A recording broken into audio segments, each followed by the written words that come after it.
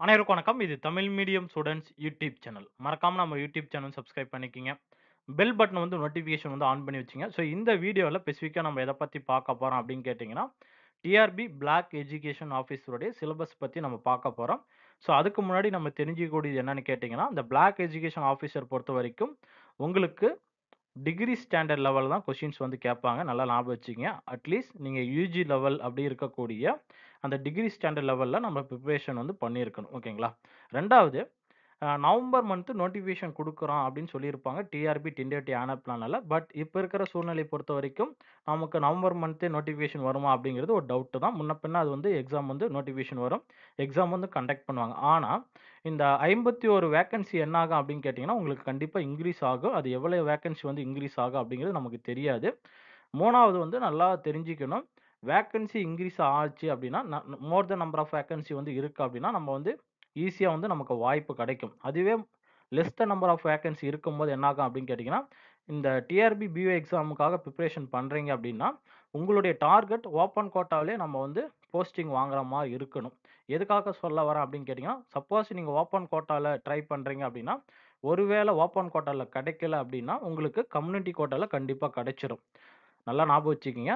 Less than number of vacancy இருக்கும்போது, உங்களுடைய மார்க்கோட weightage ரொம்ப அதிகமா இருக்கணும்.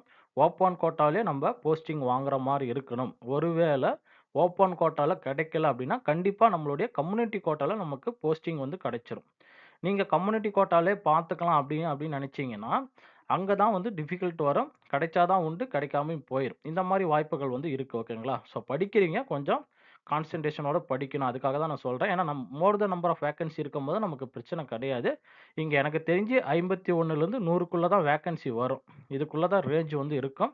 மிஞ்சி மிஞ்சி போனா ஒரு 70 வேக்கன்சி, 80 வேக்கன்சி இவ்வளோ தான் குடுப்பாங்கன்னு நெனைக்கிறேன். ஓகேங்களா? ஸோ பிரிப்பரேஷன் பண்றீங்க. கொஞ்சம் தெளிவா பிரிப்பரேஷன் வந்து பண்ணுங்க. இப்ப சிலபஸ்ல வந்து என்ன குடுத்துருக்காங்க, அது வந்து கண்டிப்பா நம்ம தெரிஞ்சுக்கணும். இந்த சிலபஸ் பொறுத்தவரைக்கும் நம்ம ஒன் பை ஒன்னா தான் நம்ம பார்க்கணும். ஏன்னா, நெறைய விஷயங்கள் வந்து நம்ம படிக்க வேண்டியது இருக்கு. ஸோ இன்னைக்கு பொறுத்தவரைக்கும் நம்ம தமிழ் லிட்டரேச்சர்ஸ் அண்டு மேத்ஸ் மட்டும் நம்ம பார்க்க போறோம். ஓகேங்களா? இப்ப வந்து பார்த்தீங்கன்னா, உங்களுக்கு டிஸ்ப்ளேல தெரியும். இதுதான் டிஆர்பி உடைய பிளாக் எஜுகேஷனோட சிலபஸ். ஃபர்ஸ்ட் யூனிட்டே வந்து என்ன குடுத்திருப்பாங்க அப்படின்னு கேட்டீங்கன்னா, ஹிஸ்டரி ஆஃப் தமிழ் லிட்டரேச்சர் அப்படின்னு குடுத்திருப்பாங்க. சங்ககாலம் முதல் தற்காலம் வரை. ஸோ இது படிக்கிறதுக்கு முன்னாடி நீங்க என்ன பண்ணணும் அப்படின்னு கேட்டீங்கன்னா, TRB PU BEO exam block education officer 2019ல நடந்த எக்ஸாம் கொஸ்டின்ஸ் பேப்பரும், கடைசியா நடந்த 2022 கொஸ்டின்ஸ் பேப்பரும் வந்து நல்லா அனலைஸ் பண்ணி பாருங்க. ஏன்னா, இந்த 2 கொஸ்டின்ஸ் பேப்பர் நீங்க அனலைஸ் பண்ணி பார்க்கும்போது என்ன ஆகும்னு கேட்டீங்கன்னா, ஒவ்வொரு பேட்டர்னும் டிஃபரெண்ட்டா கேட்டிருப்பாங்க. ஸோ அதே மாரி தான் வரக்கூடிய காலகட்டங்கள் 2026 நடக்கக்கூடிய டிஆர்பி பிஇஓ எக்ஸாம் கொஸ்டின்ஸ் பேப்பரும் டிஃபரெண்ட் பேட்டர்ன்ல வந்து இருக்கும். சேம் பேட்டர்ன்ல வந்து கேட்க மாட்டாங்க. நல்லா ஞாபகம் வச்சுக்கங்க. சிலபஸ் இதுதான். பட் ஒரே மாரியாக ரிப்பீட்டடா கொஸ்டின்ஸ் கேட்கறது கிடையாது. அது வந்து உங்களுக்கு நல்லாவே தெரியும். எந்த அளவுக்கு டிஃபிகல்ட்டா கேட்பாங்களோ, அந்த அளவுக்கு டிஃபிகல்ட்டாவும் கேட்பாங்க. ஓரளவுக்கு ஈஸியாவும் கொஸ்டின்ஸும் வரும். ஸோ அதுக்காக தான் நான் ஃபர்ஸ்ட்டே சொன்னேன். இந்த டிஆர்பி பிளாக் எஜுகேஷன் ஆஃபீசர் பொறுத்தவரைக்கும் டிகிரி ஸ்டாண்டர்ட் லெவலுக்கு கொஞ்சம் படிக்கணும்.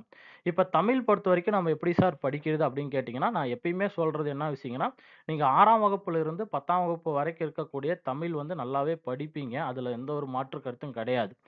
ஆனா, இந்த சிலபஸ் படி நீங்க படிக்கக்கூடிய சாப்டர் என்னன்னு கேட்டீங்கன்னா, 11த் தமிழ், 12த் தமிழ். அதுலயும் குறிப்பா வந்து பார்த்தீங்கன்னா, பொது தமிழ் வந்து படிக்கணும். 2வது சிறப்பு தமிழ் படிக்கணும். எதுக்காக சிறப்பு தமிழ் படிக்கணும் அப்படின்னு நான் சொல்றேன்னு கேட்டீங்கன்னா, இந்த டாபிக்ஸ் எல்லாமே உங்களுக்கு பொது தமிழ்லயும் குடுத்துருக்காங்க. அதே மாரி சிறப்பு தமிழ்லயும் குடுத்துருக்காங்க. நல்லா ஞாபகம் வச்சுங்க. எப்ப படிச்சாலும் சரி, டிஆர்பி, பிஏ எக்ஸாம் பொறுத்தவரைக்கும் 11த், 12த்ல இருக்கக்கூடிய கன்டென்ட் வந்து ஃபர்ஸ்ட்டு படிங்க. அதுக்கப்புறமா கூட நீங்க லோயர் கிளாஸ்ல படிச்சுக்கலாம். அத மட்டும் மறந்துற வேண்டாம். 11த், 12த் பொது தமிழ், சிறப்பு தமிழும் படிங்க. அதே சமயம் இப்ப கரண்ட்லி இருக்கக்கூடிய நியூ புக் வந்து இந்தந்த டாபிக் ரிலேட்டடா இருக்கக்கூடிய கன்டென்ட் மட்டும் படிச்சா போதும். ஸோ நியூ புக்கும் படிக்கணும். சமச்சீர் கல்வி புக் அப்படின்னு சொல்லி ஓல்ட் எடிஷன் புக்கும் படிக்கணும். ஏன்னா இந்த சிலபஸ் வந்து எப்படி ஃப்ரேம் ஒர்க் பண்ணியிருப்பாங்க அப்படின்னு கேட்டீங்கன்னா, ஓல்டு புக் பேஸ் பண்ணி தான் நமக்கு ஃப்ரேம் ஒர்க் பண்ணியிருப்பாங்க. 2வது தமிழ் பொறுத்தவரைக்கும் நம்ம என்ன பண்ணணும் அப்படின்னு கேட்டீங்கன்னா, ஃபர்ஸ்ட் 11த், 12த் பொது தமிழ், சிறப்பு தமிழ் இதெல்லாம் நம்ம படிச்சுட்டு, அதுக்கு உண்டான கன்டென்ட் அதாவது நமக்கு என்னென்ன டாபிக்ஸ் குடுத்துருக்காங்களோ, இது எல்லாமே வந்து 11த், 12த்ல வந்து இருக்கும். குறிப்பா சிறப்பு தமிழ் அதிகமா குடுத்துருப்பாங்க. கண்டிப்பா நம்ம படிச்சிருக்கணும். அதுக்கப்புறமா நீங்க படிக்கக்கூடிய புக்ஸ் என்னன்னு கேட்டீங்கன்னா, தேவிரா, முனைவர் தேவிராவுடைய தமிழ் இலக்கியமும், தகவல் களஞ்சியம் அப்படின்னு சொல்லக்கூடிய புக்ஸ் வந்து முக்கியமானது. ஏன்னா மோஸ்ட்லி வந்து பார்த்தீங்கன்னா, இந்த புக்ஸ் தான் டிஎன்பிஎஸ்சி ஓரியன்டடா இருக்கிறவங்க நெறையா படிப்பாங்க. ப்ரீவியஸ் இயர் டிஎன்பிஎஸ்சி சிலபஸ் பொறுத்தவரைக்கும் நெறைய பேர் இந்த புக் வாங்கி படிப்பாங்க. ஏன்னா கம்பல்சரி கொஸ்டின்ஸ் வந்து கேட்பாங்க. நமக்கும் வந்து இந்த புக்ல இருந்து கொஸ்டின்ஸ் வந்து கேட்பாங்க. ஓகேங்களா? தேவிராவுடைய தமிழ் இலக்கிய தகவல் களஞ்சியம் எழுதி வச்சுக்கிங்க. தேவிராவுடைய தேவிரா ஆத்தர் நேம் வந்து தேவிரா. தமிழ் இலக்கிய தகவல் அண்டு களஞ்சியம். ஸோ இந்த புக்கு முக்கியமானது. ஸோ தமிழுக்கு மட்டும் நீங்க இது ஃபாலோ பண்ணீங்கன்னா போதுமானது. தமிழ்ல எந்த மாரி கொஸ்டின்ஸ் கேட்டாலும் நம்மளால அட்டெண்ட் பண்ண முடியும். ஓகேங்களா? ஸோ மறந்துற வேண்டாம். 11த், 12த் பொது தமிழ், சிறப்பு தமிழ் நம்ப சிலபஸ்ல என்ன டாபிக்ஸ் குடுத்துருக்காங்களோ, அத நீங்க தெளிவா படிச்சா போதுமானது. எக்ஸ்ட்ரா வந்து படிக்க வேண்டாம். சிறப்பு தமிழ்ல பர்ட்டிகுலரா வந்து பார்த்தீங்கன்னா, இங்க இருக்கக்கூடிய கன்டென்ட் அத்தனையுமே வந்து குடுத்துருப்பாங்க. ஃபார் எக்ஸாம்பிள் வந்து பார்த்தீங்கன்னா, உங்களுக்கு புனைகதைகள், நாவல்கள், சிறுகதைகள் இது எல்லாமே குடுத்துருப்பாங்க. இது வந்து நியூ புக்லயும் இருக்கும், ஓல்டு புக்லயும் இருக்கும். இதெல்லாம் வந்து மேக்ஸிமம் நீங்க ஆத்தர் நேம் யாரு? அவங்க என்ன சிறப்பு கதை என்ன புனைகதைகள் வந்து எழுதியிருக்கிறாங்க? என்ன நாவல் எழுதியிருக்கிறாங்க? இதெல்லாம் 11த், 12த்லயே வந்து மேக்ஸிமம் நமக்கு கவர் ஆகும். ஸோ அதனால தான் சொன்னேன் 11த், 12த் படிச்சுட்டு, அதுக்கப்புறமா வந்து அந்த தேவிராவுடைய முனைவர் தேவிராவுடைய தமிழ் இலக்கிய களஞ்சியம் வந்து படிங்க அப்படின்னு நான் சொல்லியிருப்பேன். ஸோ 6 டூ 10 வந்து படிக்க வேணாமா சார்? அப்படின்னு சொல்லி உங்களுக்கு ஒரு டவுட் வரும். 6 டூ 10 நீங்க படிக்கணும். அது வந்து எப்படி படிக்கணும் அப்படின்னு கேட்டீங்கன்னா, நமக்கு இந்தந்த டாபிக்ஸ்லாம் இருக்கு இல்லையா? ஃபார் எக்ஸாம்பிள் ஐம்பெரும் காப்பியங்கன்னா உங்களுக்கு என்னான்னு தெரியணும். ஐஞ்சிறு காப்பியங்கள்லாம் என்னான்னு தெரியும். அப்ப ஐம்பெரும் காப்பியங்கள், சிலப்பதிகாரம், மணிமேகலை, வளையாபதி, குண்டலகேசி இந்த மாரி டாபிக்ஸ்லாம் இருக்கு அப்படின்னா, அதெல்லாம் எங்கெங்க குடுத்துருக்காங்க 6ஆம் வகுப்புலேருந்து 10ஆம் வகுப்பு அந்த பகுதி மட்டும் நீங்க படிச்சா போதும். 17 நீள்கணக்கு நூல்கள் வந்து முக்கியமானது வந்து பார்த்தீங்கன்னா, திருக்குறள். அப்ப திருக்குறள் வந்து 6ஆம் வகுப்பிலிருந்து 12ஆம் வகுப்பு வரையும் குடுத்திருப்பாங்க. கம்பல்சரி நம்ம படிக்கணும். ஸோ இதுதான் நீங்க தேடி தேடி படிக்கணும். ஓகேங்களா? அதே மாரி வந்து பார்த்தீங்கன்னா, இந்த ஓல்டு புக், நியூ புக்கும் சரி, ஓல்டு புக்லயும் சரி. 2லயுமே வந்து பார்த்தீங்கன்னா, இந்த கம்பராமாயணம், திருவிளையாடல் புராணம், சிற்றிலக்கியங்கள், பெரிய புராணம் இதெல்லாம் நமக்கு குடுத்திருப்பாங்க. இதெல்லாம் நீங்க கம்பல்சரி புக்ல என்னென்ன குடுத்துருக்காங்களோ, அத எல்லாமே நம்ம படிச்சு தான் ஆகணும். அதுக்கப்புறமா வந்து பார்த்தீங்கன்னா, அந்த தேவிர இலக்கிய களஞ்சியம் மோஸ்ட்லி வந்து நம்ம படிச்சிருக்கணும். ஓகேங்களா? ஸோ மறந்துற வேண்டாம். தமிழ் மட்டும் வந்து பார்த்தீங்கன்னா, நமக்கு நெறையா படிக்க வேண்டியது வரும். ஃபர்ஸ்ட் எடுத்தோனே 11த், 12த் பொது மற்றும் சிறப்பு தமிழ்ல நமக்கு சிலபஸ்ல என்ன குடுத்துருக்காங்களோ, அத படிச்சுட்டு அது அதுக்கப்புறமா 6ஆம் வகுப்பிலிருந்து 10ஆம் வகுப்பு வரைக்கும் நமக்கு சிலபஸ்ல என்ன குடுத்துருக்காங்களோ, அது நியூ புக், ஓல்டு புக் 2மே இருக்கும். ஆரம்பத்தில சொன்ன மாரி தான். இந்த சிலபஸ் பொறுத்தவரைக்கும் உங்களுக்கு நியூ புக், ஓல்டு புக் 2மே கவர் ஆகும். இதெல்லாம் படிச்சுட்டு, அதுக்கப்புறமா தமிழ் இலக்கிய தகவல் களஞ்சியம் தேவிராவுடைய முனைவர் தேவிராவுடைய புக்க வந்து வாங்குறது பெட்டர். இந்த புக் எப்படி சார் வாங்குறது அப்படின்னு உங்களுக்கு டவுட் வரலாம். அமேசான்ல வந்து பார்த்தீங்கன்னா, மேபி வந்து ஒரு ரூ. 350 தான் வரும். வித் டெலிவரி சார்ஜோட. ஸோ இந்த புக் வாங்கி படிங்க. கண்டிப்பா யூஸ்ஃபுல்லா இருக்கும். ஓகேங்களா? அடுத்ததா நம்ம பார்க்கக்கூடியது வந்து பார்த்தீங்கன்னா, இங்கிலீஷ். ஸோ இங்கிலீஷ் பொறுத்தவரைக்கும் நான் சொல்லிர்றேன். இங்கிலீஷ் பொறுத்தவரைக்கும் எப்படி கொஸ்டின்ஸ் கேட்பாங்க அப்படிங்கிறது எனக்கு தெரியாது. ஏன்னா நான் இங்கிலீஷ் மேஜர் கிடையாது. ஆ காமனா சொல்லக்கூடியது என்னன்னு கேட்டீங்கன்னா, இந்த TRP previous year questions paper இருக்கு இல்லையா? டிஆர்பி, பிஓ எக்ஸாம் உடைய ப்ரீவியஸ் இயர் கொஸ்டின்ஸ் பேப்பர் இருக்கு இல்லையா? அதுல வந்து எப்படிலாம் கொஸ்டின்ஸ் வந்து கேட்டிருக்காங்க, எந்தெந்த டாபிக்ஸ்ல இருந்து கொஸ்டின்ஸ் எடுத்திருக்கிறாங்க, அப்படின்னு அத அனலைஸ் பண்ணி படிச்சாவே உங்களுக்கு மேக்ஸிமம் மார்க் வந்து நம்மளால ஸ்கோர் பண்ண முடியும். 2வது, இல்ல சார் நான் ஸ்பெசிஃபிக்கா படிக்கணும் அப்படின்னா, இந்த சிலபஸ் ஓரியன்டடா நீங்க என்ன பண்ணணும் அப்படின்னு கேட்டீங்கன்னா, Googleல வந்து சர்ச் பண்ணி பாருங்க. Googleவோட இன்ஃபர்மேஷன் நெறையா இருக்கு. நெறைய ஏஐ டெவலப்மென்ட் ஆப்ஸ் வந்து இருக்கு. அது வந்து பார்த்தீங்கன்னா, நமக்கு பெஸ்ட் புக்ஸ் வந்து குடுக்கும். ஓகேங்களா? ஸோ இதுதான் வந்து இங்கிலீஷ் பொறுத்தவரைக்கும் நம்ம ஃபாலோ பண்ணணும். பட் இங்கிலீஷ்ல நான் கம்மியா தான் சொல்லியிருக்கிறேன். ஏன்னா இங்கிலீஷ் வந்து பார்த்தீங்கன்னா, என்னுடைய மேஜர் கிடையாதனால நான் சொல்றது இல்ல. ஓகேங்களா? அடுத்தது நம்ம பார்க்கக்கூடியது வந்து பார்த்தீங்கன்னா, மேத்ஸ். ஸோ மேத்ஸ்க்கு என்ன சார் பண்ணணும்? நல்லா ஞாபகம் வச்சுக்கங்க. மேத்ஸ் 6ஆம் வகுப்பிலிருந்து 10ஆம் வகுப்பு வரைக்கும் இருக்கக்கூடிய மேத்ஸ் வந்து பார்த்தீங்கன்னா, மோஸ்ட் இம்பார்ட்டன்ட். ஃபர்ஸ்ட். ஸோ அப்ப ஃபுல் புக் நம்ம படிக்கணுமா சார் கேட்டீங்கன்னா, கண்டிப்பா கிடையாது. ஃபார் எக்ஸாம்பிள் வந்து பார்த்தீங்கன்னா, இப்ப ஹெச்சிஎஃப்சி அப்படிங்குவாங்க. அதாவது highest common factor, lowest common factor இதெல்லாம் எங்க இருக்கு ஸ்கூல் புக்ல? அது வந்து நம்ம தெரிஞ்சுக்கணும். Ratio and proportion and simple interest, compound interest இதெல்லாம் வந்து 6ஆம் வகுப்புலேருந்து 8ஆம் வகுப்பு வரைக்கும் இருக்கக்கூடிய ஸ்கூல் புக்லயே நமக்கு குடுத்துருப்பாங்க.